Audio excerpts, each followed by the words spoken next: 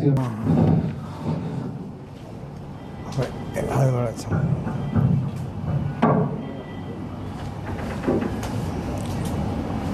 എല്ലാ പത്രക്കാരും ഉണ്ടല്ലോ അല്ലേ, മാധ്യമക്കാരൊക്കെ, എല്ലാ ചാനലൊക്കെ ഇല്ലേ എല്ലാം.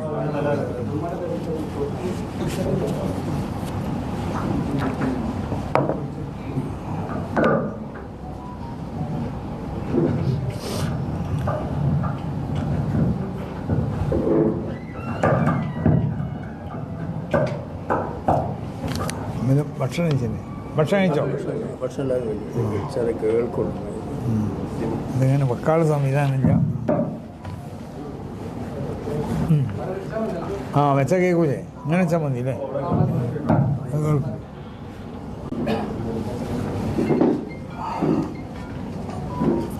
സമസ്ത കേരള ജമിയത്തുൽ ഉലമ എന്ന ഈ വിശുദ്ധ സംഘടന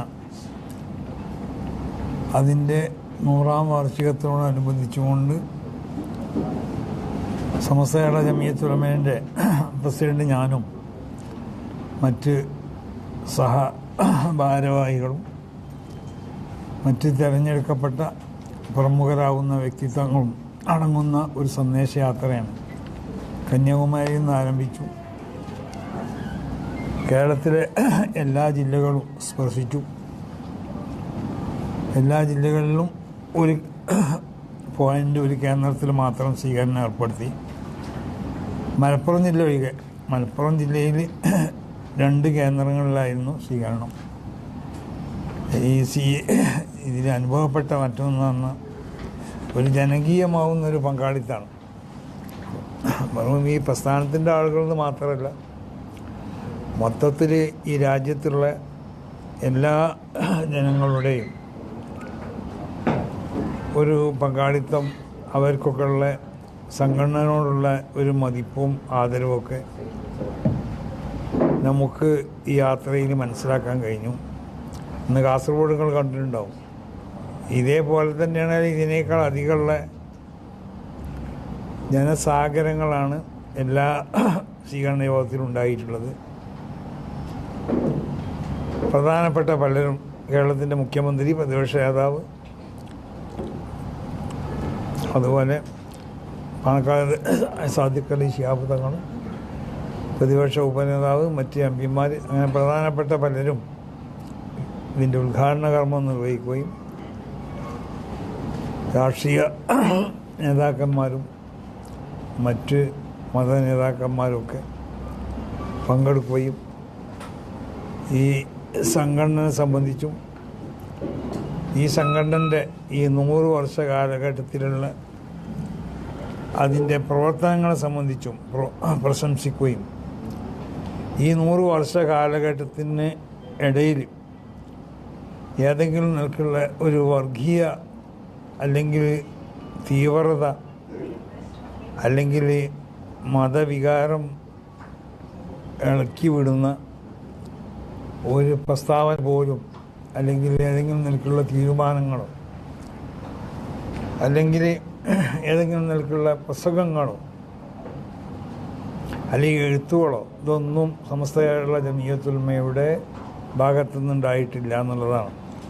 യോഗത്തിൻ്റെ തുടക്കം മുതൽ ഇന്നേ വരെ പ്രസംഗിച്ച പ്രസ്ഥാനികമായിട്ടുള്ള പ്രസംഗമല്ലാത്ത, നമ്മൾ അതിഥികളായിക്കൊണ്ടും മുഖ്യ അതിഥികളായിക്കൊണ്ടും ഉദ്ഘാടനത്തിനൊക്കെ വേണ്ടി വിളിക്കപ്പെട്ട എല്ലാ ആളുകളും പ്രസംഗിച്ചത്. മാത്രമല്ല ഏതെങ്കിലും നിലക്കുള്ള മതരാഷ്ട്രവാദമൊന്നും സമസ്ത കേരള ജമിയത്തുൽ ഉലമ ഇതുവരെ ഉയർത്തിയിട്ടില്ല. കാരണം വളരെ വിശുദ്ധമാവുന്ന തത്വത്തിന് മേലിൽ അടിത്തറ പാകപ്പെട്ട ഒന്നാണ് ഇസ്ലാം എന്നുള്ളത്. നമുക്കറിയാം, മഹാനാവുന്ന നബിയുന മുഹമ്മദ് സല്ലല്ലാഹു അലൈഹി വസല്ലമ തങ്ങൾ വളരെ ശക്തമായ നിലക്ക് അണികളോടും അവരുടെ മറ്റുള്ള ഉദ്യോഗസ്ഥന്മാരോടൊക്കെ പറഞ്ഞൊരു കൽപ്പനയുണ്ട്. ഇസ്ലാമിക സാമ്രാജ്യം വളർന്ന് വികസിച്ച് വളരെ ശക്തമായ കാലഘട്ടത്തിൽ മദീനത്ത് ജീവിച്ചിരുന്ന യഹൂദികൾ, ജൂതന്മാർ, അതുപോലെ ഉള്ള ആളുകളോട് ഇസ്ലാമിക ഗവൺമെൻറ്റുമായിട്ടോ അല്ലെങ്കിൽ മുസ്ലിങ്ങളിൽ നിന്നുള്ള ചില വ്യക്തികളുമായിട്ടോ സഖ്യത്തിൽ ജീവിക്കുന്ന ആളുകൾ അവരുടെ അവകാശങ്ങൾ ഏതെങ്കിലും നിലയ്ക്ക് ഇല്ലാതെയാക്കാൻ ശ്രമിക്കുകയോ അല്ലെങ്കിൽ അവരെ വേദനപ്പെടുത്തുന്ന അവരെ ബുദ്ധിമുട്ടാക്കുന്ന ഏതെങ്കിലും ഒരു പ്രവർത്തനം ഏതെങ്കിലും ഒരുത്തൻ്റെ പക്കൽ നിന്നുണ്ടായിക്കഴിഞ്ഞാൽ ഫലൈസ മിന്നാന്ന് അവൻ നമ്മളെ കൂട്ടത്തിൽപ്പെട്ട ആളല്ല നബി സല്ലല്ലാഹു അലൈഹി വസല്ലം. മഹാനാവുന്ന ഉമർ ബിൻ ഖത്താബ് റളിയല്ലാഹു അൻഹുവിൻ്റെ ഭരണകാലഘട്ടത്തിൽ അന്ന് ഈജിപ്തിലെ ഗവർണറായിരുന്ന ബഹുമാനപ്പെട്ട അംർ ബിൻ ആസി തങ്ങൾ അവരുടെ മകനും ഒരു ക്രിസ്തീയ സുഹൃത്തും തമ്മിൽ കുതിരപ്പന്തയം നടത്തി. ആ കുതിരപ്പന്തയം നടത്തിയപ്പോൾ ഇദ്ദേഹത്തിൻ്റെ മകൻ ക്രിസ്ത്യാനിയെ ഒന്നടിച്ചു. ഞാൻ ആരാന്ന് എനിക്കറിയും, ഞാനിവിടുത്തെ ഗവർണറുടെ മകനാണ്, ഞാൻ ഈ സ്വഭാവത്തിലുള്ള തറവാടിത്തുള്ളവനാണെന്നൊക്കെ പറഞ്ഞു. ഈ ക്രിസ്ത്യാനി മഹാനാകുന്ന ഉമർ ബിൻ ഖത്താബ് തങ്ങളോട് കേസ് പറഞ്ഞു. അപ്പോൾ ഉമർ ബിൻ ഖത്താബ് പറഞ്ഞു, ഹജ്ജിൻ്റെ വേളയിൽ ആ ഗവർണറോട് മക്കത്തേക്ക് വരാൻ പറഞ്ഞു.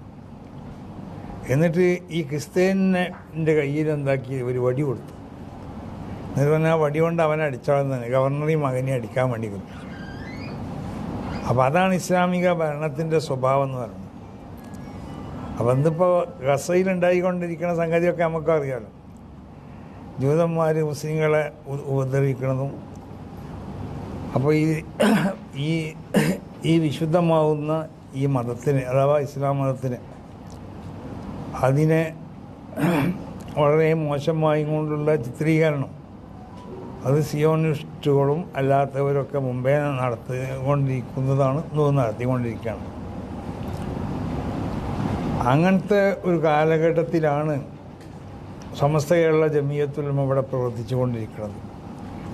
അപ്പോൾ അതിൻ്റെ പ്രവർത്തനങ്ങളിൽ ഏതെങ്കിലും വർഗീയതയോ അല്ലെങ്കിൽ മതവികാരം ഇളക്കി വിടുന്നതോ അല്ലെങ്കിൽ തീവ്രതയോ അല്ലെങ്കിൽ ഇവിടെ മനുഷ്യർ തമ്മിലുള്ള ഐക്യം സന്തോഷം അത് ഇല്ലാതെയാക്കുന്നതാണ് അല്ലെങ്കിൽ അതിന് വിഘാതം സംഭവിപ്പിക്കുന്ന നിലക്കുള്ള എന്തെങ്കിലും ഒരു പ്രവർത്തനമോ ഒരു വാക്കുകളോ അല്ലെങ്കിൽ മറ്റ് തീരുമാനങ്ങളൊന്നും സമസ്ത കേരള ജമിയത്തുൽ ഉലമയുടെ ഭാഗത്തു നിന്ന്. ഇതാണ് ഈ 100 വർഷം കഴിയുമ്പോൾ നമ്മളിങ്ങനെ ഒരു സന്ദേശയാത്ര നടക്കുമ്പോൾ, സന്ദേശയാത്ര നമ്മൾ നല്ല പലരും ഇവിടെ നടത്തിയിട്ടുണ്ട്. സമസ്ത കേരള ജമിയത്തുൽ ഉലമ മാത്രമല്ലല്ലോ, പല രാഷ്ട്രീയ പാർട്ടികളും ഇവിടെ സന്ദേശയാത്ര നടത്താറുണ്ട്. പല മത സംഘടനകളും സന്ദേശയാത്ര നടത്താറുണ്ട്. സമസ്ത കേരള ജമിയത്തുൽ ഉലമ തന്നെ പല പ്രാവശ്യവും നടത്തിയിട്ടുണ്ട്.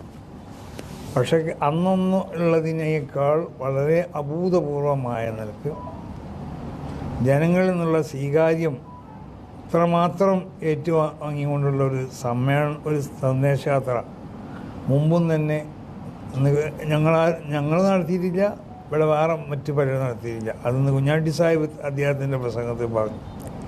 അപ്പോൾ ഏതായാലും സമസ്ത കേരള ജമിയത്തുൽ ഉലമ അത് വളരെ വിശുദ്ധമായ ആശയങ്ങളും ആദർശങ്ങളൊക്കെ ഇവിടെ പ്രചരിപ്പിച്ചുകൊണ്ട് ആ നിലക്ക് ജനങ്ങളെ അതിൻ്റെ വിശുദ്ധമായ ആ നേരായ വഴിയിലേക്ക് ജനങ്ങളെ ക്ഷണിക്കുകയും ആ നിലക്ക് അവരെ പ്രവർത്തിപ്പിക്കാനും വേണ്ടി സന്ദേശങ്ങൾ നൽകുകയും ചെയ്തുകൊണ്ട് പ്രവർത്തിക്കുന്ന ഒരു സംഘടനയാണ്.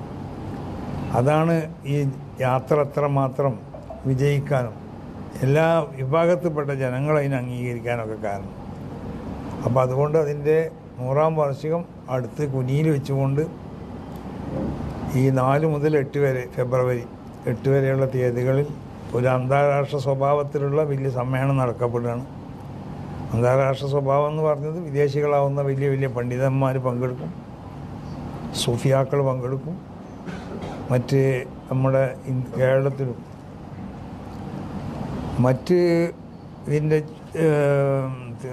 കർണാടക, തമിഴ്നാട് ഇവിടെ നിന്നൊക്കെയുള്ള പ്രമുഖരാവുന്ന രാഷ്ട്രീയ പ്രതിനിധികളും മറ്റുള്ള ആളുകളൊക്കെ പങ്കെടുക്കുന്ന വലിയൊരു സമ്മേളനമാണ്. അപ്പോൾ അതുകൊണ്ട് അതിൻ്റെ വിജയത്തിന് ആവശ്യമാവുന്ന എല്ലാവിധ സഹകരണങ്ങളും മാധ്യമങ്ങളുടെ ഭാഗത്തു നിന്നുണ്ടാവണം, എല്ലാ ചാനലുകളുടെ ഭാഗത്തു നിന്നുണ്ടാവണം.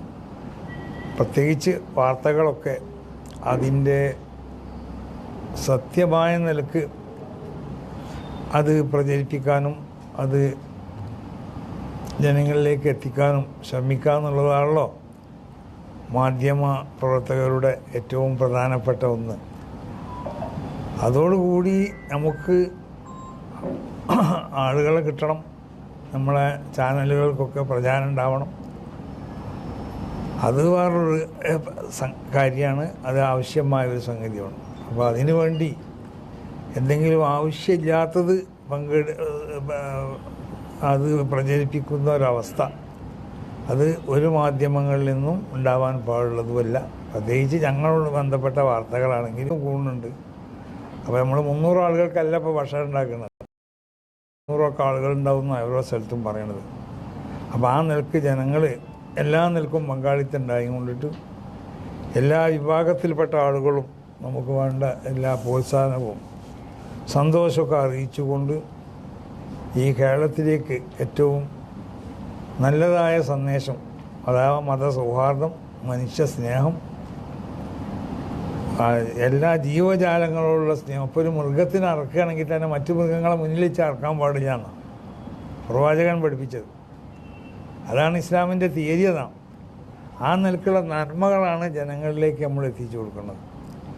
പക്ഷേ ഏതൊരു തത്വസംഹിതയാണെങ്കിലും അല്ലെങ്കിൽ ഏതൊരു മതമാണെങ്കിലും അതിനെ വികൃതമാക്കാൻ ചിലപ്പോൾ ആ മതത്തിൻ്റെ ആളുകൾ തന്നെ ചിലപ്പോൾ ശ്രമിക്കും.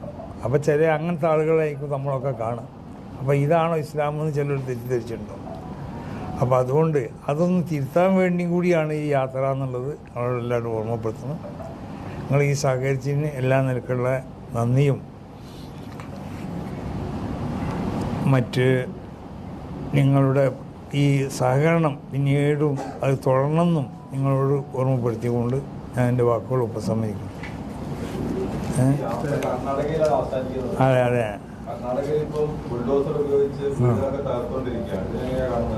അല്ല, അത് നമ്മൾ നിങ്ങൾക്കൊരു സംഗതി തന്നിട്ടുണ്ടല്ലോ.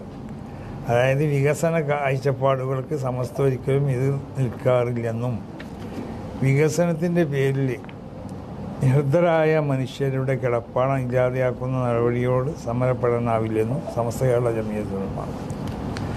അപ്പോൾ അവർ വളരെയധികം പ്രയാസം അനുഭവിക്കുന്ന ആളുകളായിട്ടാണല്ലോ അങ്ങനത്തെ ഒരു സ്ഥലത്ത് അവർ താമസിക്കുന്നത്. അപ്പോൾ അവരെ ഇസ്ലാമിൻ്റെ ഏറ്റവും വലിയൊരു തത്വത്തിനത് ഇർഹമുൽ മസാക്കീൻ, പാവപ്പെട്ടവരോട് കൃപ കാണിക്കാം. അവർക്ക് ഏതെങ്കിലും നിലക്ക് അവരെ ഉന്നമത നിലവാരത്തിന് തൊട്ട് നമ്മൾ താഴ്ത്തുന്നുണ്ടോ എന്നുള്ളൊരു ബോധം അവരിൽ ഉണ്ടാക്കി തീർക്കരുത് എന്നാണ്. അങ്ങനത്തെ ഒരു ചിന്ത അവർക്ക് ഉണ്ടാകാൻ പാടില്ല. ആ നിലക്ക് അവരെ ഉയർത്തിക്കോണം. അപ്പോൾ നമ്മളൊക്കെ നമ്മളെ വീട്ടു ജോലിക്കാരൊക്കെ ഉണ്ടെങ്കിൽ അവരൊക്കെ കൂടെ ഇരുത്തിക്കൊണ്ടാണ് ഞാൻ ഭക്ഷണം കഴിക്കാം. കാരണം അവർക്ക് ചെറുതായി എന്ന് തോന്നാൻ പാടില്ല, ഞങ്ങൾ മോശപ്പെട്ടവരാണെന്ന് തോന്നാൻ പാടില്ല. അപ്പം നമ്മൾ എപ്പോഴും പറയുന്ന സംഗതികളാണ്. അപ്പോൾ നമ്മളായിട്ട് ബന്ധപ്പെട്ട് നിൽക്കുന്ന ആളുകളെ അവർ ചിലപ്പോൾ നമ്മളത്രത്തോളം വലിയവരായിക്കൊള്ളണമെന്നില്ല, അള്ളാഹുവിൻ്റെ അടുത്ത് അവർ വലിയവരാണെങ്കിൽ. അപ്പോൾ അവരെ നമ്മൾ കൂട്ടിപ്പിടിക്കണം. അപ്പോൾ വളരെ ഒന്നിനും കഴിയാത്തതുകൊണ്ടാണ് ഇങ്ങനെ പാവപ്പെട്ട ആളുകൾ അങ്ങനത്തെ സ്ഥലങ്ങളിലൊക്കെ താമസിക്കുന്നത്. അപ്പോൾ അവരെ ഇനി എഴുത്ത് കൊടുത്താലും അവരോട് ഒഴിഞ്ഞു തരണമെന്ന് പറഞ്ഞാലും അതിനുള്ള മാർഗങ്ങൾ എന്തെങ്കിലും നിങ്ങൾ സ്വീകരിച്ചിട്ടുണ്ടോ? അതിന് മറ്റുള്ള എല്ലാ ആളുകളും നിങ്ങളെ സഹായിക്കാൻ തയ്യാറുണ്ടോ? അങ്ങനത്തെ വല്ല മാർഗങ്ങളും സ്വീകരിക്കാൻ നിങ്ങൾക്ക് പറ്റുമെന്നൊക്കെ അവരോട് ആവശ്യപ്പെടേണ്ടി. അങ്ങനെയാണ് അത് ചെയ്യേണ്ടത്. അതാണ് നമ്മൾ ആദ്യം പറഞ്ഞ അതിൻ്റെ സാരം. ഇനി ബാക്കി നിങ്ങൾ വായിച്ചു നോക്കിയാൽ മതി, കൊടുത്താളേ.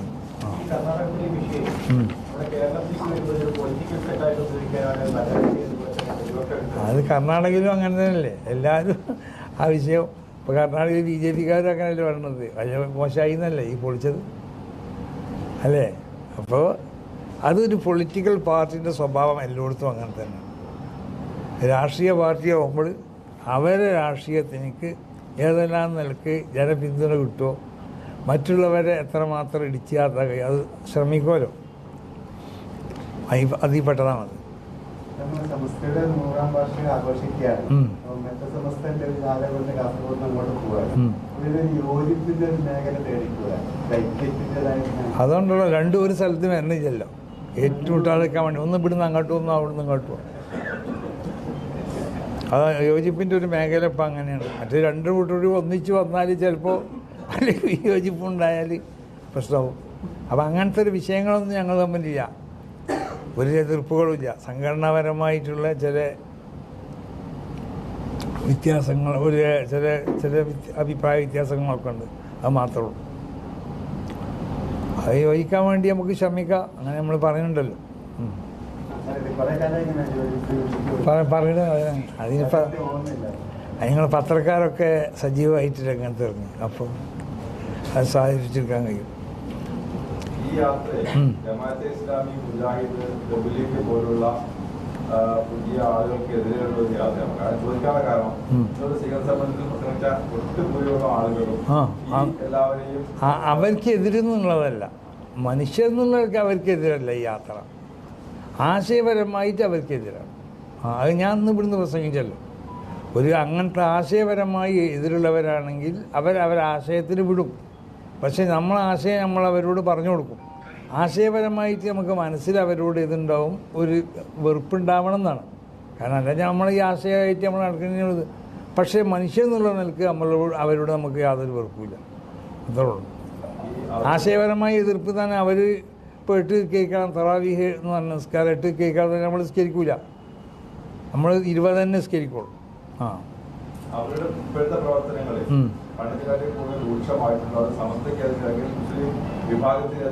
അതൊന്നും എനിക്ക് പറയാൻ പറ്റൂല. അവർ സമസ്തക്കെതിരല്ലേ, അവർക്ക് പ്രവർത്തിക്കാലോ. അവരെതിർക്കണവരല്ലേ, നമ്മൾ ആശയപരമായി എതിർക്കുന്നവരാണ്. പക്ഷേ ഞാൻ പറഞ്ഞല്ലോ, അവർ മുജാഹിദ് വിഭാഗം എന്നുള്ള ആ പ്രസ്ഥാനത്തിൻ്റെ ആശയങ്ങളോടാണ് നമുക്ക് എതിർപ്പ്. അവർ മനുഷ്യന്മാരെന്നതിലേക്ക് അവരോട് എതിർപ്പില്ലല്ലോ. ഇപ്പം നമ്മളറിയണത്ര മുജാഹിദീങ്ങളുണ്ട്. അത്ര ഇന്നലെ മിഞ്ഞാന്ന് എന്നെ വിളിച്ചുകൊണ്ട് മുജാഹിദ് വിഭാഗത്തിൽ പെട്ട എൻ്റെ ഒരു സുഹൃത്ത് പുളിക്കലുള്ള എന്നെ വിളിച്ച് വലിയ അഭിനന്ദനങ്ങളൊക്കെ അർപ്പിച്ചു.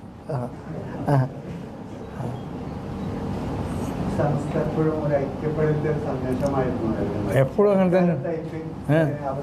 സമസ്തത് വരെ ഐക്യപ്പെടലിനെതിരായിട്ട് ഒന്നും ചെയ്തിട്ടില്ല. ഈ ഇപ്പം അടുത്ത കാലത്തും ഇടക്കാലത്തും ഒക്കെ പരിശോധിച്ച് നോക്കിയാലും അറിയും. സമസ്തയുള്ള ജമിയത്തുൽ ഉലമയുടെ പ്രസിഡൻ്റാണ് ഞാൻ. എൻ്റെ പ്രസംഗത്തിൽ ആരെങ്കിലും ഒരാളെ വ്യംഗ്യമായിട്ടോ അല്ലെങ്കിൽ സൂചനാപരമായിട്ടോ വേദനിപ്പിക്കുന്ന ഒന്നും ഉണ്ടാവാറില്ല. മറ്റാരെങ്കിലും അങ്ങനെ പറഞ്ഞിട്ടാണെങ്കിൽ അങ്ങനെ പറയാൻ പാടില്ല എന്ന് ഞാൻ ആ സദസ്സിലുണ്ടെങ്കിൽ ഞാനത് തിരുത്തി പറയുള്ളൂ.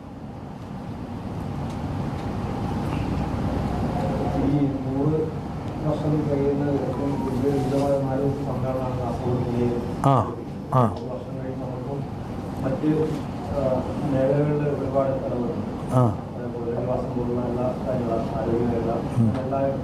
പുനരധിവാസം അതിപ്പോഴും നമ്മൾ നടന്നുകൊടുക്കുന്നുണ്ട്, ഇനിയും നടത്തും. അതിനൊക്കെ ഒരുപാട് പദ്ധതികളുണ്ട്, അത് അവിടുന്ന് പ്രഖ്യാപിക്കും. ഇപ്പം പറയാൻ പറ്റില്ലല്ലോ, പറഞ്ഞാൽ പിന്നെ അന്നുങ്ങൾ വരില്ല.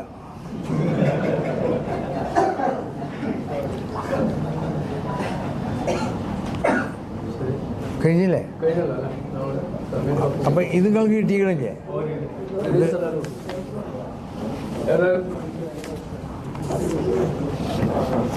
എന്നാ പോയല്ലേ? വളരെ നന്ദി, എല്ലാവരും സഹകരിച്ചു. പിന്നെ ഫെബ്രുവരി 4 കൊടിയേൽ വെച്ച് കാണാം. നിങ്ങൾ കാസർഗോഡുകാരിൽ ഭാഗ്യമുള്ള ഇത്രയും ലോകോത്തര നിലവാരമുള്ള ഒരു വലിയ സമ്മേളനത്തിന് റിപ്പോർട്ടിൽ ഒരു ഭാഗ്യം ഞങ്ങൾ കാണുകയാണ്. ഞാൻ പോക്കറ്റിൽ കുത്തിയിരുന്നു, പോക്കറ്റിൽ വീണ്.